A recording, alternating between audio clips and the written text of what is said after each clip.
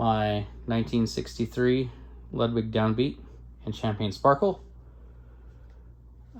This is a pre-serial kit. Center mounted badges. You can see the keystone badge is no serial number and mounted in the center of the floor tom and tom. Bass drum, obviously, it's mounted towards the front. You can also see a little extra hole there. I'll talk about that in a minute. Chrome over brass hoops. The toms are mahogany, poplar mahogany inside, painted white. The bass drum is mahogany, poplar, maple inside, and not painted on the inside of the bass drum. You can actually, this little extra hole, you can actually see the cross section of the wood with the mahogany just under the wrap there, poplar, and then you can't see, but it is maple inside, naked. So they usually do the mahogany so that the wrap can adhere to the more porous wood. The glue will stick to it a little bit better.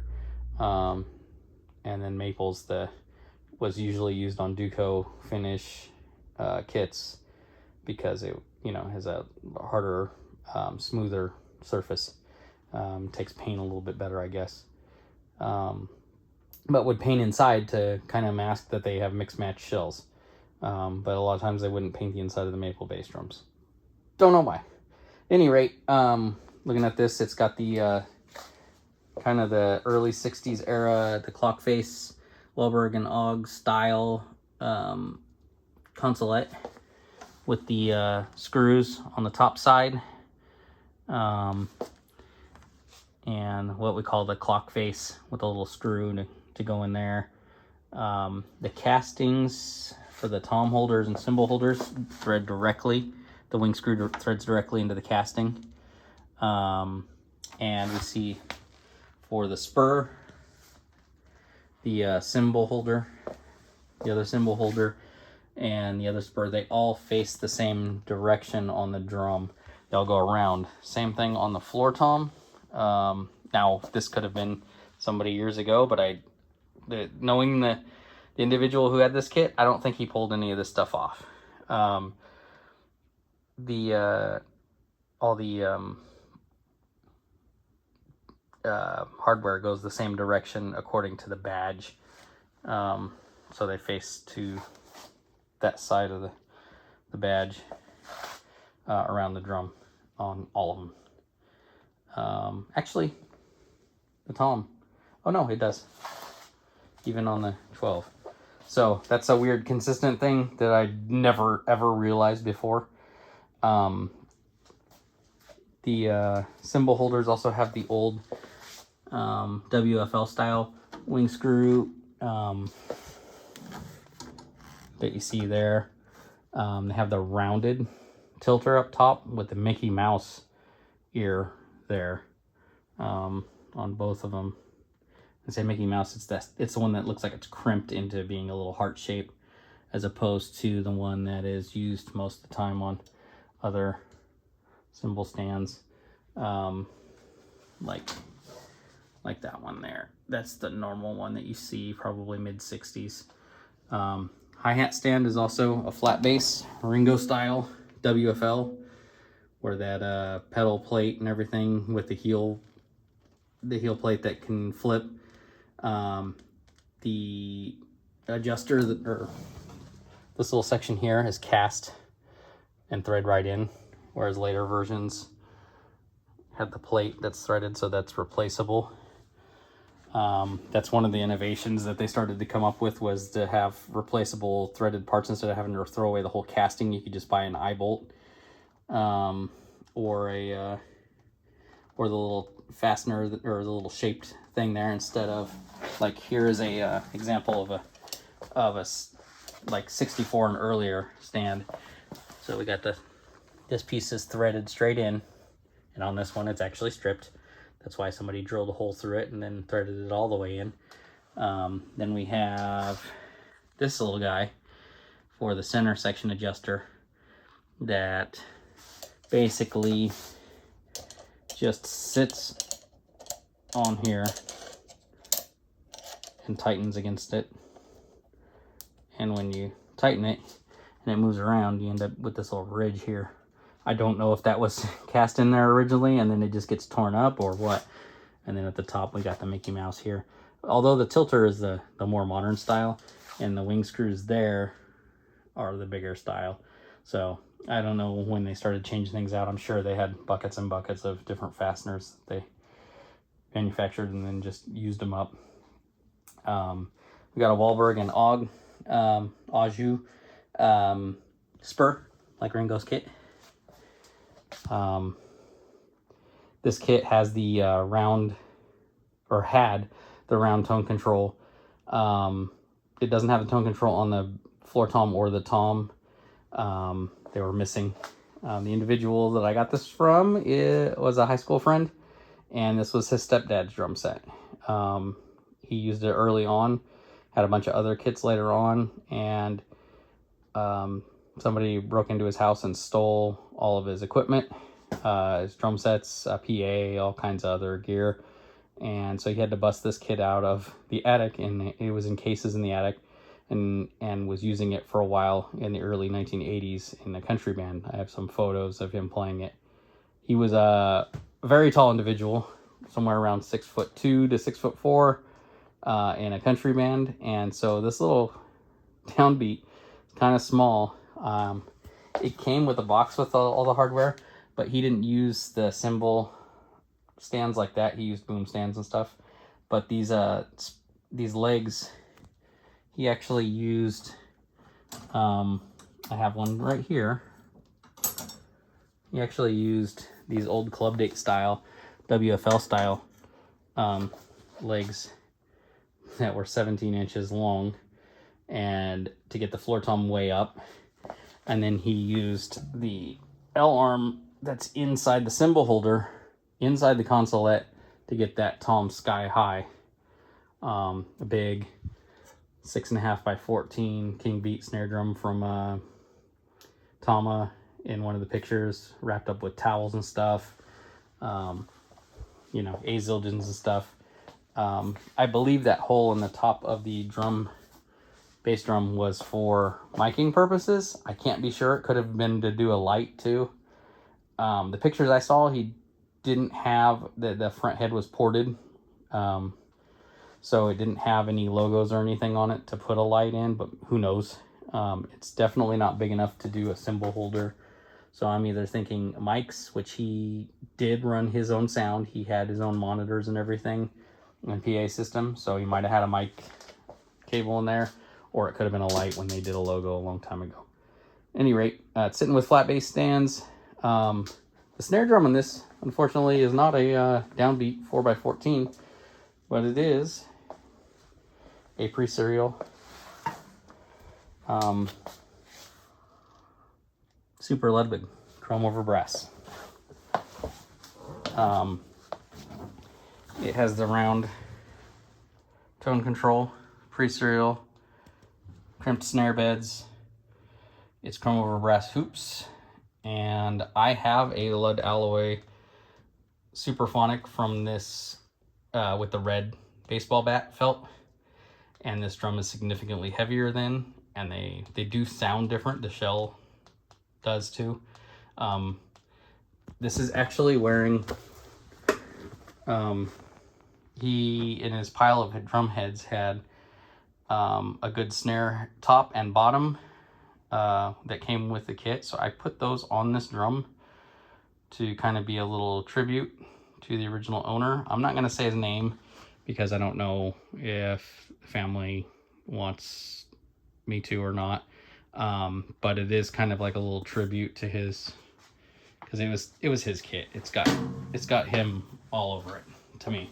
I mean, obviously I'm a lot shorter and I'm putting it back to kind of stock, but this kit's still in great shape because he kept it in cases. Although in an attic, it's just as good as you can get without being a museum piece. There were things wrong with it, like the these were, the few of them had come off. I've seen that a lot on kits, especially that have been gigged a lot and stuff, and just the temperature change and stuff the casting gives out. So I did have to source some of those, and some of them I was able to get back on, and they actually stayed pretty good. I did peen some of them once they were on, just to keep them from rattling.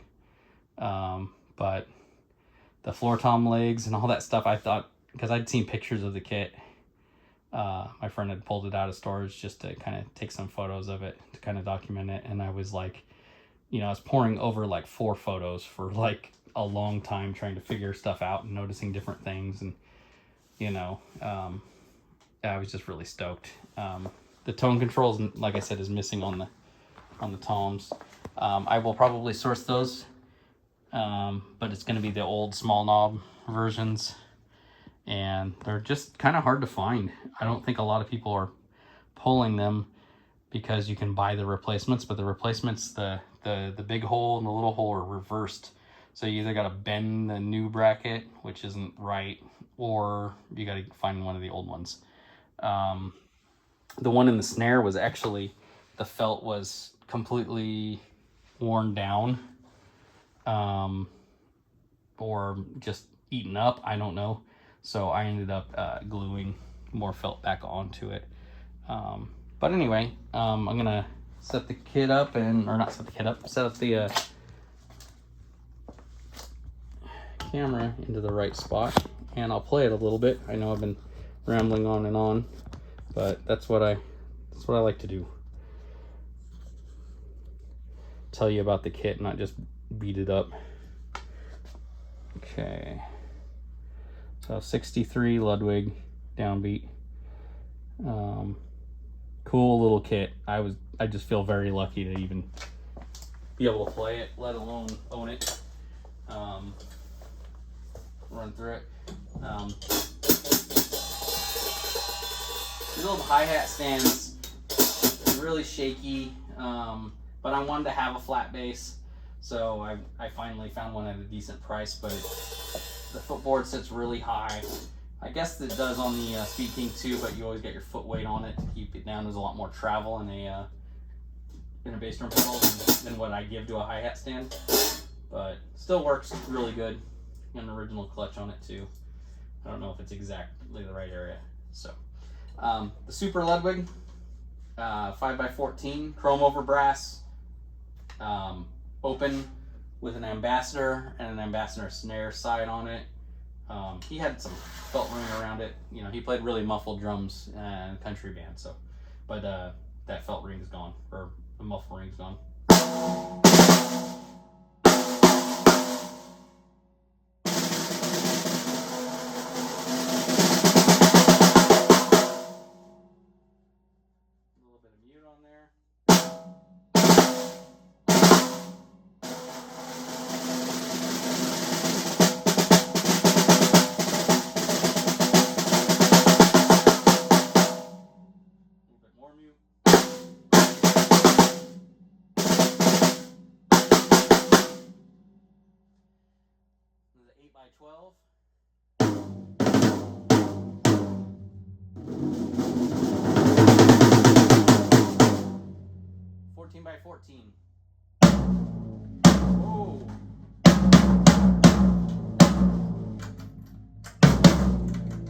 It is really hot today. It got to 103, so some of these drums, after I pulled them out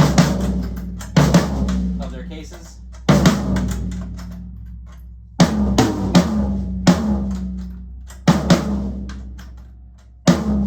not responding all that well.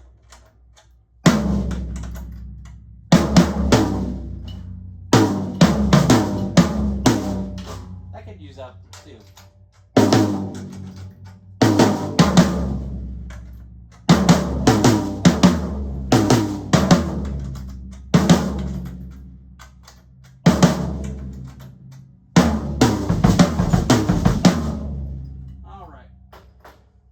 By 12, 14 by 14, 14 by 20.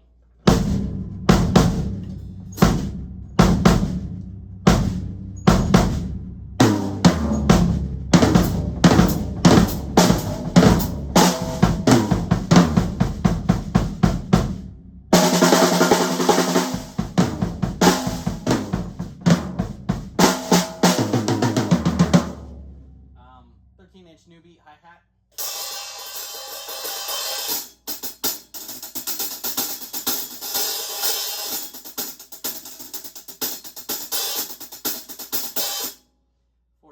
Thin crash.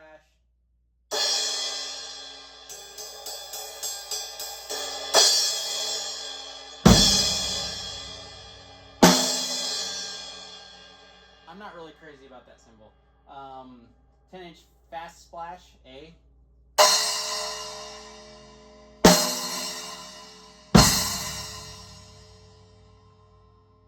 16-inch medium thin crash. These are all A Zildjians.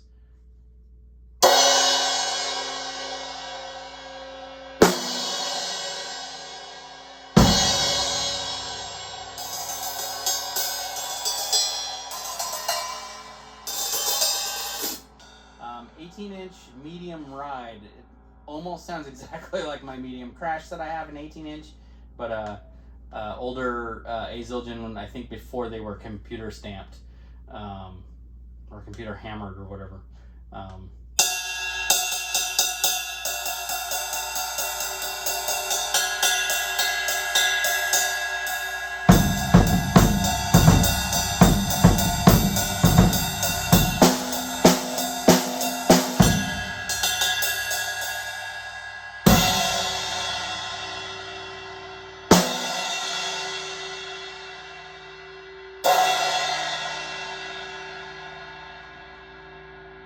'm just gonna play around the kit a little bit.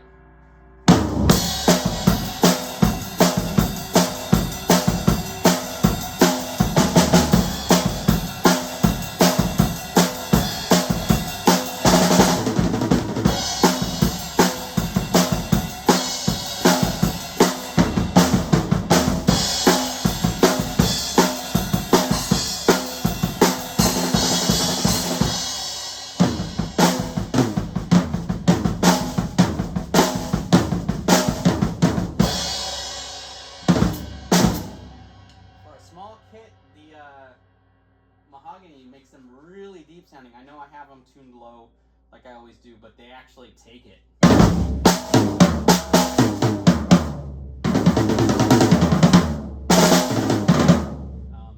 Mahogany poplar is probably my favorite Ludwig layup. The bass drum does have maple in it, and it's a subwoofer, man. I am using on that bass drum a Ludwig medium front head, and then on the back side I have a I believe it's an Emperor. Oh geez.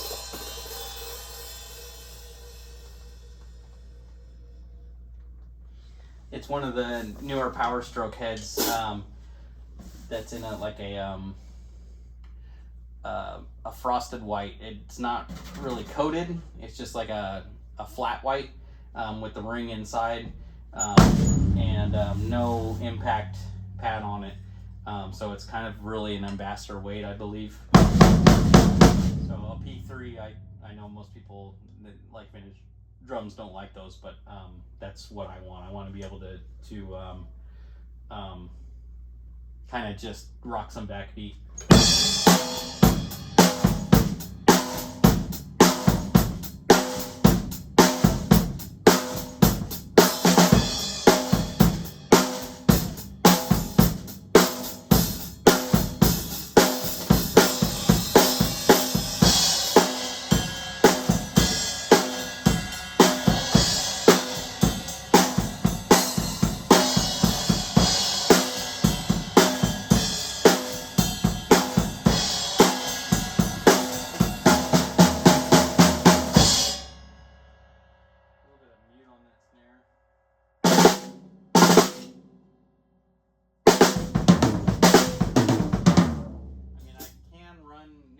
On this snare, but it wasn't really my intention to play it out. I have that Superphonic in lead alloy, which I'm not as worried about it getting damaged. This thing could get knocked out of round. Somebody could steal it. I would be mortified if somebody stole my Superphonic. I've had it forever, but just the same, I probably won't take this snare out to shows most of the time. I have plenty of other snares that I could take. I was like, this is kind of like, you know, bucket list and also for recording.